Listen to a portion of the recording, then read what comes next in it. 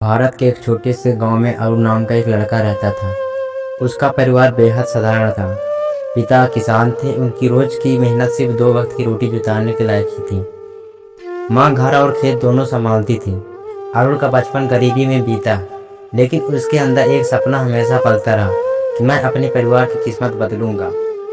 गांव में पढ़ाई की सुविधा सीमित थी। टूटी फूटी कक्षाओं और पुराने ब्लैक बोर्ड पर ही बच्चे ज्ञान पाते थे, लेकिन अरुण हर शब्द को दिल से सीखता रहा।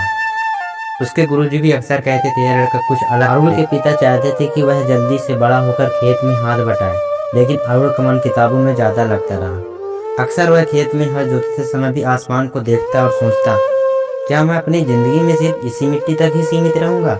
परिवार की आर्थिक स्थिति इतनी खराब थी कि कई बार घर में खाना भी पूरा नहीं बन पाता। अरुण का लगता था अगर यही हाल रहा तो उसका छोटा भाई बहन कभी नहीं बढ़ पाएंगे। अरुण ने निश्चय किया कि चाहे कुछ भी हो वह पढ़ाई जारी रखेगा। दिन में खेत का काम, रात में पढ़ाई, यही इसकी दिनचर्या बन गई। अक्सर लालटेन की मंद रोशनी में वह किताबें पढ़ता। गांव के बच्चे जब खेलते तब अरुण खेत के किनारे बैठकर सवालों को हल करता। गांव के मेलों में लोग खिलौने या मिठाई खरीदते थे, लेकिन अरुण अपनी बचत से पुस्तकें खरीद लेता, क्योंकि उसे ज्ञान की भूख। 10वीं कक्षा के बाद अरुण ने शहर में जाकर आगे की पढ़ाई करने की ठानी, लेकिन पैसों की बड़ी समस्या थी। पिता ने कहा, बेटा हमारी औकात शहर में पढ़ाई करने की नहीं है। अरुण अब शहर जाकर उसने कॉलेज में दाखिला लिया। हॉस्टल और किताबों का खर्चा उठाना कठिन था, इसलिए अरुण ने छोटे मोटे काम भी शुरू किए। वह सुबह अखबार बांटता, दोपहर में कॉलेज जाता, रात को ट्यूशन पढ़ाता। दिन भर की भाग दौड़ के बावजूद उसके चेहरे पर मुस्कान रहती थी। लोग पूछते, इतना मेहनत क्यों करता है। अरुण जवाब देता था, मैं सिर्फ अपने ही लिए नहीं पढ़ रहा हूँ, अपने पूरे परिवार और गांव के लिए। पढ़ाई पूरे करने के बाद अरुण ने शहर में आकर नौकरी करने का प्रस्ताव ठुकरा दिया। उसने सोचा, अगर मैं यहाँ रहकर पैसा कमाऊंगा तो परिवार का गुजारा तो चल जाएगा, लेकिन अगर मैं गांव लौटकर सबको सिखाऊंगा तो कई परिवारों का भविष्य सुधरेगा। अब अरुण गांव लौटकर उसने अपने खेत में आधुनिक खेती शुरू की।